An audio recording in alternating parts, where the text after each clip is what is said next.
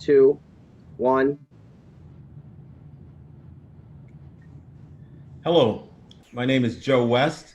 I am a partner at the law firm of Dwayne Morris. We're an international law firm. I'm based in the DC office. I have the privilege of introducing two people who mean quite a bit to me and, frankly, to all of us right now. Um, in this election season, it's critically important that we hear from really important people and important voices so that they can inform this process, this very important process that we're involved in right now. So I first want to introduce the Executive Director of the Lawyers Committee for Civil Rights under Law. I have the privilege of serving on the Board of Directors and the Executive Committee of the Lawyers Committee, and I cannot tell you how proud I am to be a part of this organization that is led in such an amazing fashion by Kristen Clark. Kristen, good evening. Good evening. And tonight, Kristen will be having a conversation with someone I've known for 25 plus years as a friend, as a client, and as a brother, someone I love dearly and for whom I have the utmost respect, and who I hope that you will enjoy hearing from, and that is my friend, Mr. Laurence J. Fishburne. Fish, how are you, my brother? Hey, Joseph, I'm well. Thank you for inviting me to this, and lovely to see you, my dear.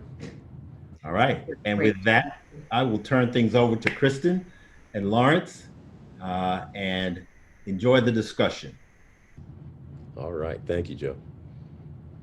Well, first, it is an honor and a privilege to be with the amazing Laurence Fishburne to talk about voting rights and all that we need to do in this home stretch of the 2020 election season. I just want to thank you for being such an inspiring figure on the big screen, and for the work that you do to represent Black people in the best way possible. Thank you. So thank you so much. Thank you. So we're here to talk about voting. We've got just about 7 days to go, and I'm going to record that over if that's okay, because we want this to be timeless. We are in the home stretch to Election Day, and I wanted to talk with you about how you have chosen to vote in the 2020 election season. Have you cast your ballot yet? What's your game plan for voting in 2020? Well, as a matter of fact, I have cast my ballot. As you can see here, it says I voted. This little sticker came with my mail-in ballot, which I received I'm going to say about a month ago, maybe. I reside in California. I am a registered voter in the state of California. I cast my ballot, I would say, about 3 weeks ago. So right at the end of September, beginning of October. And it was a very, very simple, very easy process. One that I actually enjoyed and might even do it in the future. And if I'm not mistaken, you didn't have to request your ballot because your governor affirmatively mailed an absentee ballot to all actively registered voters. Yes, I believe that was what Governor Newsom did, although I do recall uh, requesting one. I did say to my assistant, we need to get my ballot here just by in mail. case. I wanna vote by mail. So I was deliberate and intentional about voting by mail this year. Hmm. And so the ballot came, and what did you do? How long did it take you to kind of work your way through the ballot? Ballot came, Simple? Was it complicated? it was not complicated. Ballot came on a Thursday or a Friday. I took the weekend and kind of perused it a little bit. And then the Monday, yes, it was, I think I cast it on Tuesday. So Tuesday I worked that morning. I came to my office after I got off of work. I sat with the ballot for about an hour. So with the weekend and the day that I spent looking at it, you know, looking at it, in detail, I spent about 2 days with it. And I voted on everything that was on the ballot, which I can't say that I've always done, but I decided that this year I would do that. There were a lot of, there's been a lot of ads on television here in California about various things that were on the ballot, and those can be quite confusing.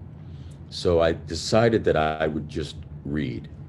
I would just read whatever the proposals were on the ballot and really just try and decipher them on my own and come to my own conclusions and decisions. And then I voted. It's kind of one of the beautiful things about vote by mail. You can actually take your time to really work through all those ballot initiatives and races that appear as as you work your way down the ballot. I know that some people will go to a polling site and feel very rushed having to make decisions about, who should I vote for for my school board race. I didn't come kind of prepared for that one, or what does this ballot initiative mean?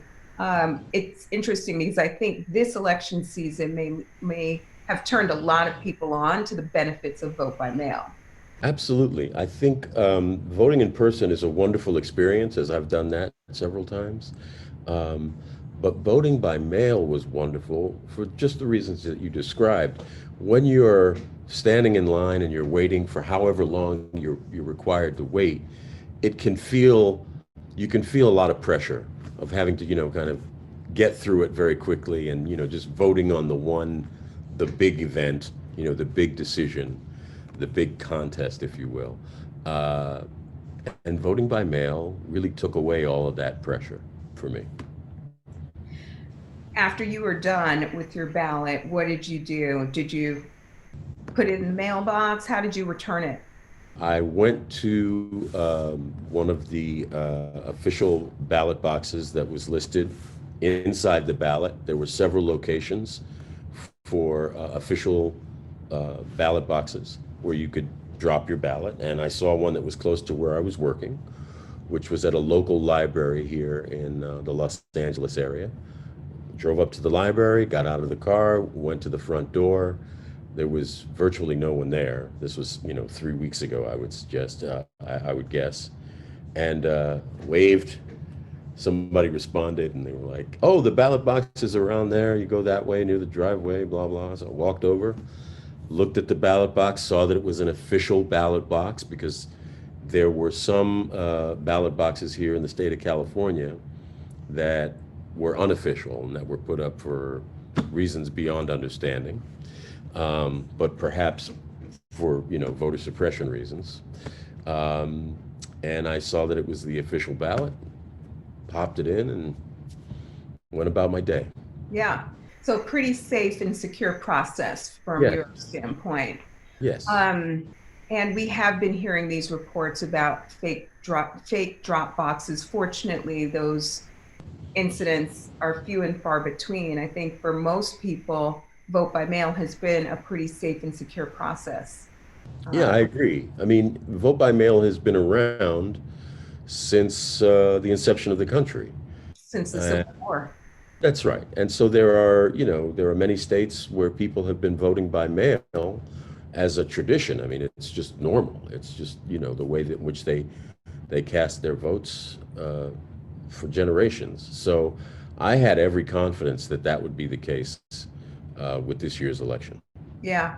You know, there are a lot of people talking about the 2020 election being one of the most consequential elections of our lifetime. I'm wondering how you felt about voting this year. Why is voting important to you? Voting is important because it's our voice as citizens. We have a responsibility to be involved in this democratic process. If we're not involved in the democratic process, then we have no right to complain about it. Many people fought and died and sacrificed for us, particularly African Americans, to win the right to vote. There have been a lot of people that walked a lot of miles, that worked a lot of jobs, that put in a lot of hours to ensure that we were able to participate fully in this democracy. And we owe it to them, if not only to ourselves, to participate in this. This is really the power of the ballot is our greatest instrument of change in this country. And, we really, really do a disservice to ourselves if we take that for granted or if we think somehow that it doesn't matter. Yeah, that's right. One of the highlights of my life this year was going to Selma, Alabama, for the annual commemorative March of Bloody Sunday. And, the late John Lewis was battling pancreatic cancer and magically made an appearance on the Edmund Pettus Bridge this year. It was quite a remarkable moment. And he kind of put his hand up in the air and said, go out and vote like you've never voted before. What's the energy been like in California, in your network, around the folks that you live with and work with? Are people excited about voting? And if they're not, what are you telling them? Well, I think most people are fired up about voting in this election cycle. I think people recognize that voting this year in particular, it's a golden opportunity for us. It's a golden opportunity for us as a nation to collectively speak to the changes that we'd like to see, to the direction of the country, to the character of our country, really. And, everyone that I know is really fired up about it. Yeah. So I know that you were born in Georgia. Yes, Augusta. Which is a place where we do a lot of work as an organization. Georgia has proven to be, sadly, a hotbed of voter suppression. Everything from purging of the registration rolls to moving polling sites to hostile locations like Macon-Bibb County, Georgia, where officials a few years ago sought to move a polling site from a majority Black school to a local sheriff's office. We do a lot of work at the Lawyers Committee to make sure that we're beating back those voter suppression efforts, and a lot of work to make sure that everyone can have voice in our democracy. But I feel like in this home stretch, one of the things that we have to be on high alert for are people and forces who try to discourage us from voting. Absolutely. I'm curious to hear whether you've heard about disinformation campaigns or efforts to silence or suppress voters.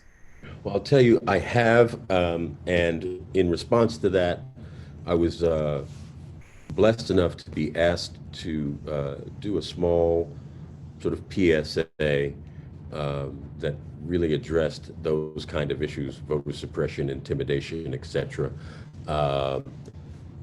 by Reverend Barber. I'm sure you're familiar with Reverend Barber. I did a small sort of PSA with him for his Poor People's Campaign.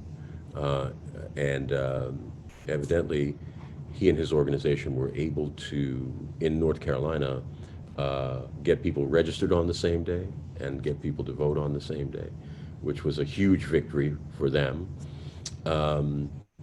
And, you know, I recognize the importance of all of this because many years ago, my friend Joe West, who introduced us to each other, talks about this often. I was fortunate enough to to portray the late Justice Thurgood Marshall in a one-man show.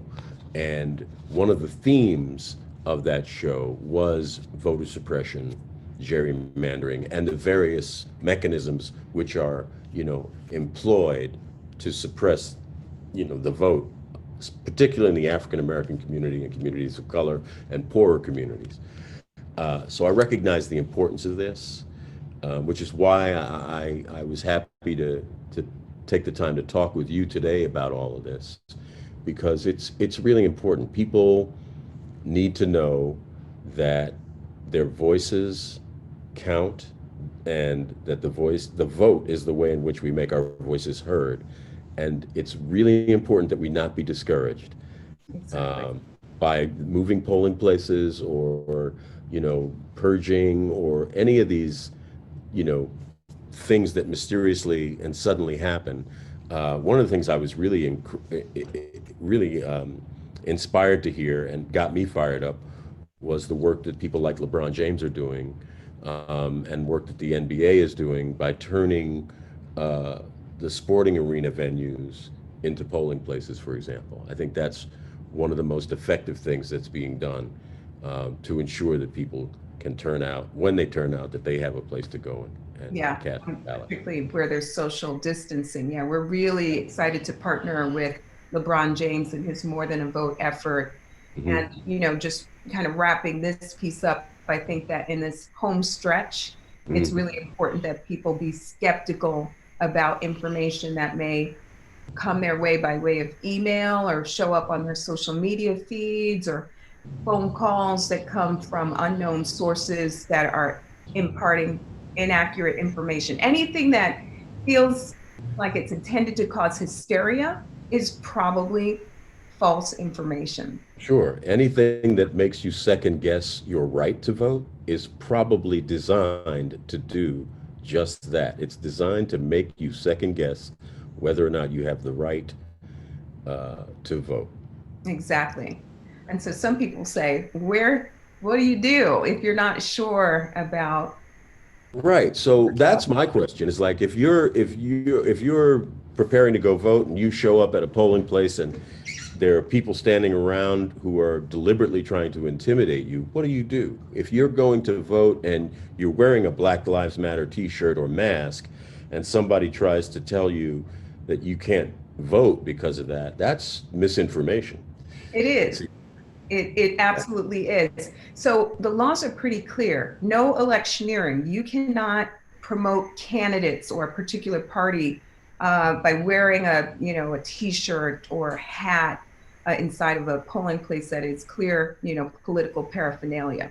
Right. And many states also have laws that establish campaign-free zones where there's no electioneering allowed, and there's also no activity allowed that might intimidate or harass people. These laws are about creating a safe space for voters. Correct. But to your point, a Black Lives Matter t-shirt is not political paraphernalia.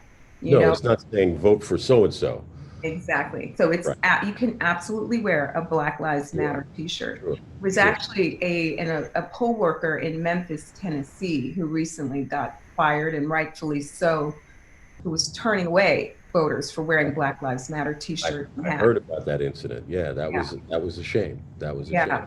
I also heard that that there's been a reversal on that thing in Texas about one ballot, one polling place per county. Yes. Am I right about that? Did I hear that today? And you had several options that you could use to return your ballot. 5 options of where I could mail my ballot. Yeah. This has been one of the issues that we've been battling. It's not just Texas, Ohio as well. States that are just making it harder for people to vote. Why limit people to one drop box per county, especially when you're talking about a major metropolitan area that's home to hundreds of thousands of people? That's correct. But I've been inspired by seeing the way that people are turning out, despite the hostility that they may be met with. Well, people are fired up. And I also believe that people recognize the importance of this election. They also recognize the importance of their vote. The thing to remember is if there are so many people who are dead set against anybody voting and are actively doing things to intimidate, uh, to stop you from voting, then there must be a reason for that. That's right.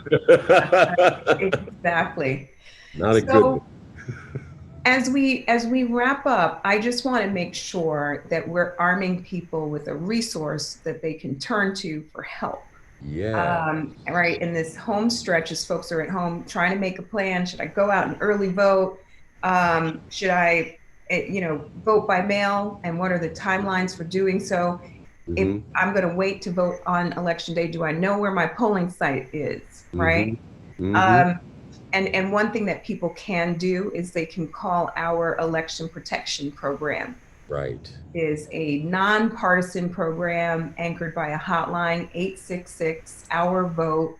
And we are available 7 days a week. We have over 23,000 legal volunteers working with us to help people across the country figure out all of these questions to make sure that their voice is heard. Right. And you're doing an incredible job. You really are.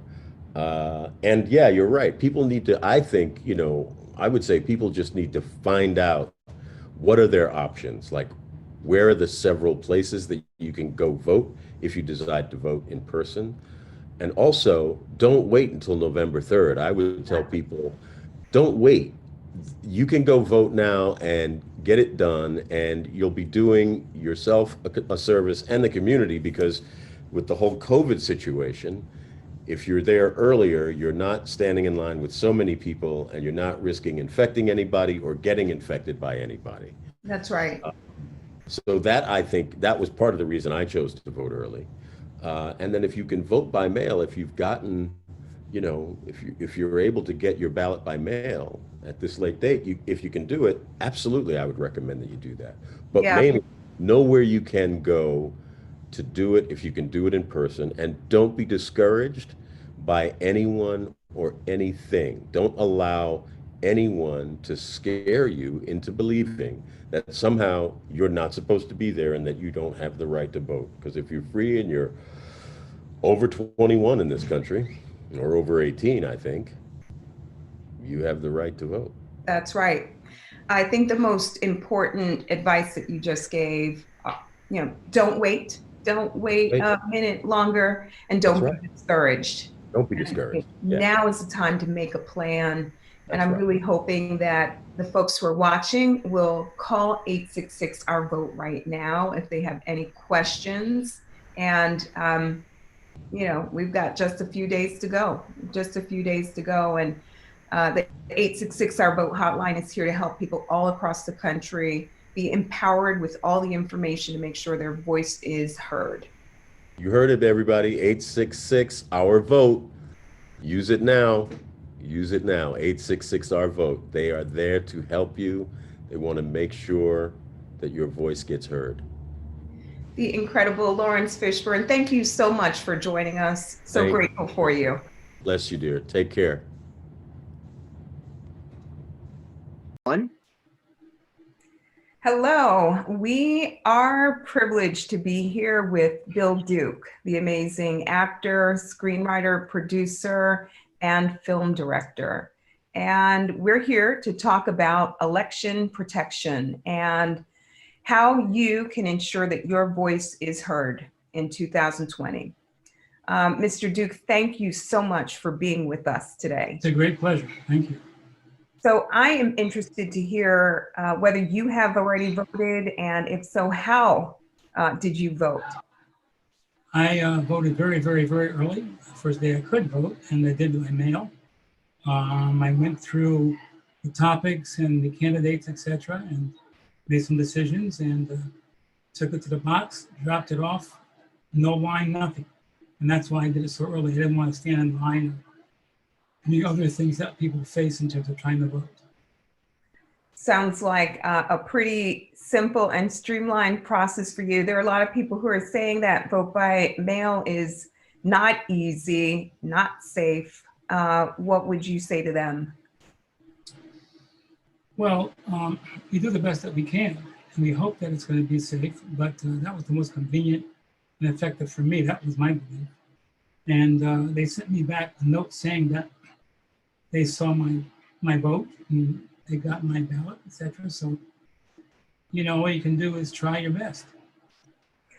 And that's exactly what we're finding when we talk to voters all across the country, that vote by mail is easy, it is safe, and it is totally secure.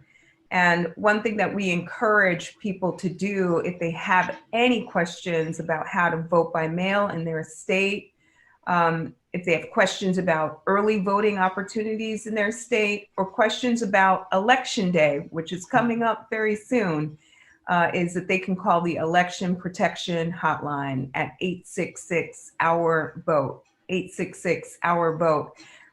Mr. Duke, I know that voting for you is personally important. Why are you voting this year? I grew up during segregation, and there were times when we could not vote. And I don't take it for granted that we can. There are people that died so that we can vote. I'm talking about Black folks. I'm talking about all of us. And there was a time when women couldn't vote. I think you're aware of that also. So the fact that today we can vote, to ignore the privilege of being able to vote and have a voice in terms of the election. Because if you do not vote, you have no voice. So there are people who paid a price for us to be able to vote. And voting is not just voting for your candidate or your issue. It's voting for the sacrifices that people before you made. Some died in order for you to be able to vote.